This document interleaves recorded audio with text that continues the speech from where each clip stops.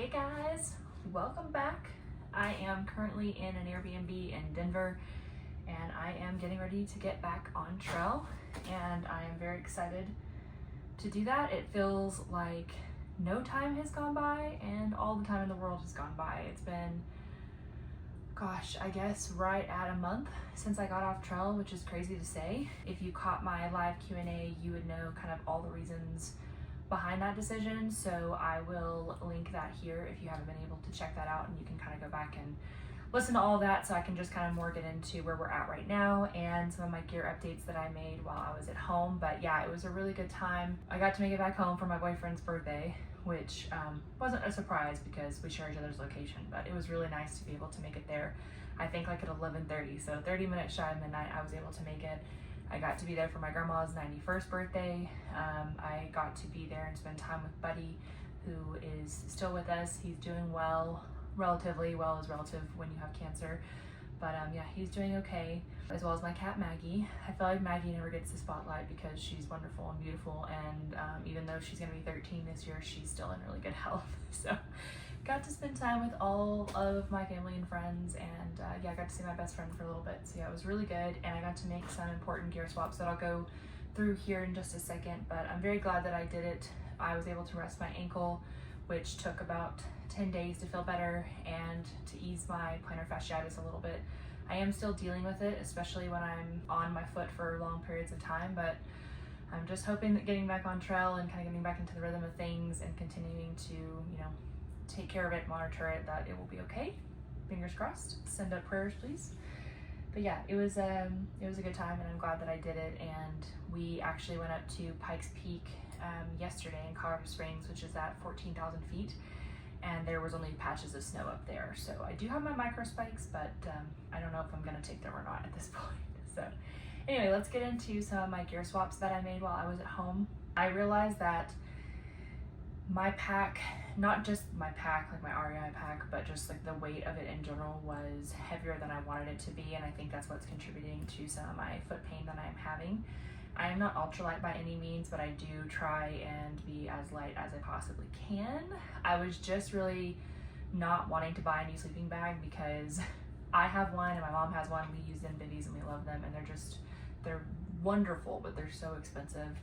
And I just didn't want to shell out the money before my hike, but realizing how heavy, because I have the core bed as my first bed, how heavy it was, just, it's not going to do it. So I'm trying to lighten the load a little bit. So because of the changes I made, I was actually able to swap out my bag as well and return back to my Durston, which is what, if you caught some of my early videos, I planned to leave with back in April, but I could not get the top to close. Like, that's how much fullness and volume I had on the inside. But anyway, because of my swaps, I am now able to take this with me, and I have about 5 days of food packed, and it works. To start off with, I basically switched out all my big three.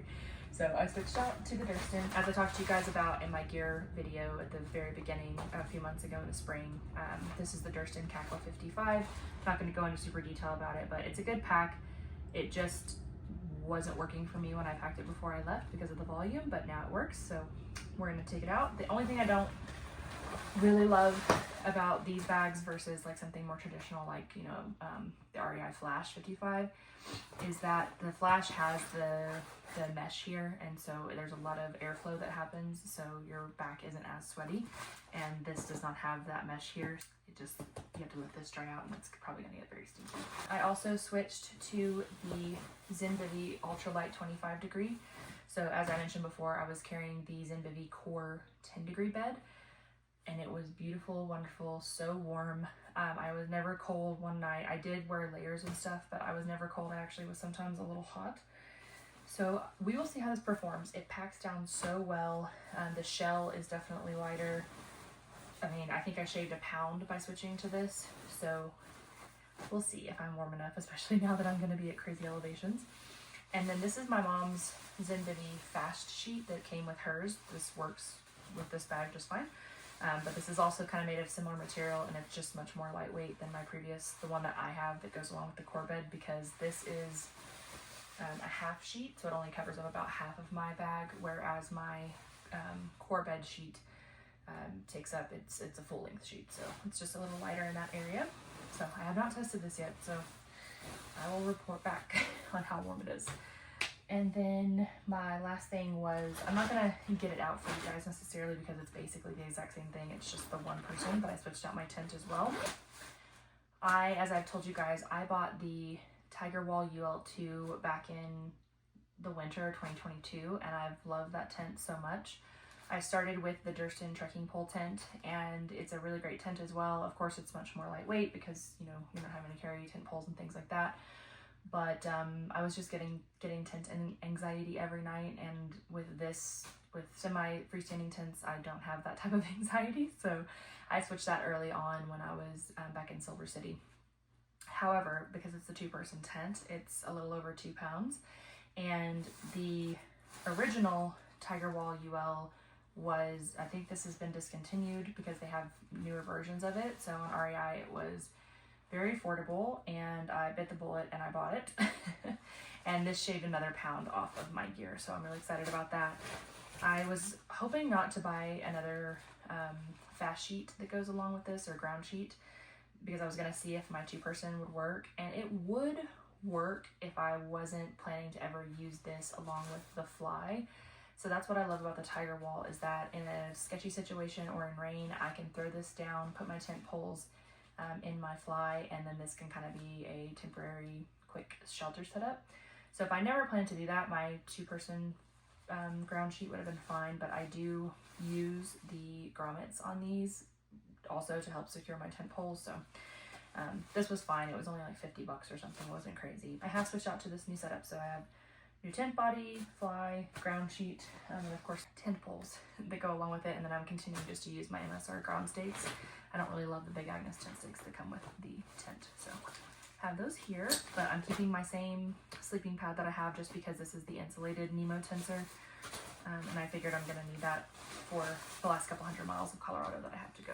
I also got some new tips for my trekking pole because one of the marshes that I was in, those wet meadows, ate one of my trekking poles, and these are much more beefier. I mean, I got them from Black Diamond, but they are beefier than the ones that came on these originally, so that's cool. And then some small updates just to clothing. These shoes I picked up in Chama right before I left, so they barely have any miles on them, just what I used to get home. So I'm gonna still be continuing on with the Topo Pursuit 2s, 0mm drop. I do think that's contributing to my plantar fasciitis a little bit, to be honest, but we're gonna keep going and see, just because this is a brand new pair of shoes and they're not cheap. And then I went ahead while I was at home and I ordered the men's version of these to see if they were going to be any wider, because as I've mentioned, Topo got bought out by a bigger company. And when they did that, I actually measured my original Topos to these. They shaved like 1/8 of an inch, I think was the measurement, but an eighth of an inch matters when you're hiking and when you have a wide foot. So anyway, I was going to see if there was any difference, and there's not. They are the same with the cross in the Topo Men's Pursuit 2s, but where the difference is here. So in the women's, it's more narrow in the midfoot, and in the men's, it's a little wider. But I kept them because they were pretty much the same. I didn't really feel a difference when I put them on. I just have to lace it a little tighter right here, so I did keep those. And then my friend Salty hikes like a girl. She was wearing the, I'll have to put it on the screen here because I can't remember at the moment, but she was wearing a version of Topo. They're not the Pursuits, but they're something else. They're 5mm drop, and she said it really helped with her foot problems. So I went ahead and ordered those as a backup in case my foot keeps acting up. I'm gonna see if it does, and I switch to those at 5mm if it helps relieve some of that pain. The downside of that is I don't want to do that now, because if it doesn't make a difference, going from 5mm to 0mm drop is not great for your calf muscle, because basically training in these last couple of years, I've been lengthening that calf muscle and my Achilles, and going back to 5mm and then trying to go back to 0, it's just really not great for your muscles and tendons and stuff. So that's an update on shoes. We'll see how she goes. I was really interested in, so I love Darn Tough wool socks, but they don't, or at least from what I could find, they don't have toe socks. And the Darn Tough squeezed my toes so much, I think that's why I was getting blisters in the desert, because these two toes were sliding under each other because of how narrow the foot box of the sock is. So then I bought Injinjis, but the Injinji hiking socks, toe socks, are like acrylic and polyester, and so they just make your feet smell awful, and you can never really get the smell out of the sock. You can wash it and then put your foot in that sock, and within minutes it stinks again. So I was like, is anybody in the toe market wool sock game? And I think my Instagram CIA FBI agent heard me, because then I got served an ad for these Creeper wool toe socks. They are a New Zealand brand, and I've seen a lot of their, I mean, it's their own ads, but I've seen a lot of their ultra runners and like backyard ultra runners use these and swear by them. So we will see. Of course, they're not 100% merino wool, but it's a high percentage of wool, much higher than any of the Injinjis that I could find. So 2 pair of those. I also switched all my undergarments, my bra and underwear, to wool. So this is from Bronwyn. I've heard a lot of good things about them too, and I've been wearing it for the last month and really love it. So we'll see how it performs, because my sports bra was starting to reek. And then my friend Fixie had these sun gloves, because when I got home, my hands were like orange and brown, and I had all kinds of craziness because I like to keep this arm exposed. I have the little thumb holes, but I like to keep this arm exposed to see my watch. And then even though I have thumb holes that come around to here, all my fingers were like orange and brown. But what I like about these versus like the outdoor research gloves is that these kind of go way down to your fingertips, which is cool. What I like about this is I can continue to wear my shirt right here, but then I can pull these back and it covers most of my arms and most of my fingers, or I can like wear it long. Anyways, I just need some sun protection on my hands, and these are fairly affordable, and my friend swore by them and she liked them, so I'm gonna try them out. And then this is just the same sun hoodie that I've been wearing from REI.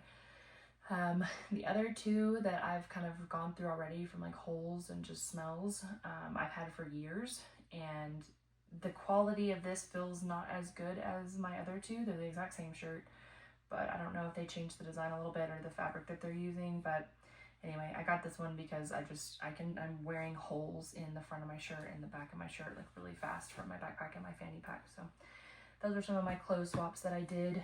And then to prepare for bear country, I'm gonna go ahead and start using my almighty Ursack. I think this is the 15 liter. This is, I believe, 5 days worth of food, and it fits pretty well in my bag. It's just better than carrying a bear can, in my opinion. So, I mean, it's still heavy, but I'd rather have just the peace of mind at night. I know I don't necessarily have to have bear food protection in Colorado, but yeah, peace of mind for me. I went ahead and brought my bear spray with me. And then, yeah, my clothes are the same. I'm not really gonna bring any extra layers or anything at this time, because I've done pretty well so far with my current setup. And then my duty bag setup is pretty much the same. I just emptied out a lot of what I could, and then I made some little swaps to like my hygiene bag and things like that, but nothing super notable. So yeah, I'm really excited to get back on trail. I'm a little nervous, to be honest, just because it has been a month, and I am starting basically in the more northern part of Colorado. I only have about 200 miles to go until I get to Wyoming. So yeah, I think I've made the decision to skip Rocky Mountain National Park. From everything I've read, there's most of what you're going through is a burn area. It's 25 miles, and you have to make it that 25 miles if you don't want to camp inside the park. And to camp inside the park, you have to have a hard-sided beer canister, which I'm not interested in doing. So there is a 4-mile cutoff, which I think I talked about during my live Q&A, that I'm gonna take, because my ultimate goal is to get to encampment, to resupply, and then to get a shuttle or a hitch from encampment to South Pass City. So if I have any trail angels or people that live in the encampment area that would be willing to give me a shuttle or a lift, or if you know anybody, please reach out to me. You can either drop something below in the comments or reach out to me on Instagram over DMs. Yeah, I would love that so much, because I want to try and get to the winds, make it to Canada as fast as I can, and then fly back to Denver, get back on trail where I'm getting dropped off, to get back on and do this 500 miles before the snow hits in the fall. I'm really excited to get back on trail. I really appreciate all your support and comments in the last few videos, and stay tuned for more. My next resupply point will probably be in 4 to 5 days, so there'll be a little bit of a delay in videos until I can kind of get some backlog going. And as I mentioned in my live Q&A, I now can offer you guys memberships, which is really cool. And so as a part of one of my membership packages, I am going to be offering early access to my videos. So if you're interested in that, I would love for you to support in that way. And if not, subscribing and liking goes a long way. I think I was looking at my analytics the other day, and 60% of my people who are viewing my videos are not subscribed. So yeah, if you're interested in the content and you love it and want to support the channel, that would be great if you could do that in that way. And I will catch you guys on the next one. Thanks so much.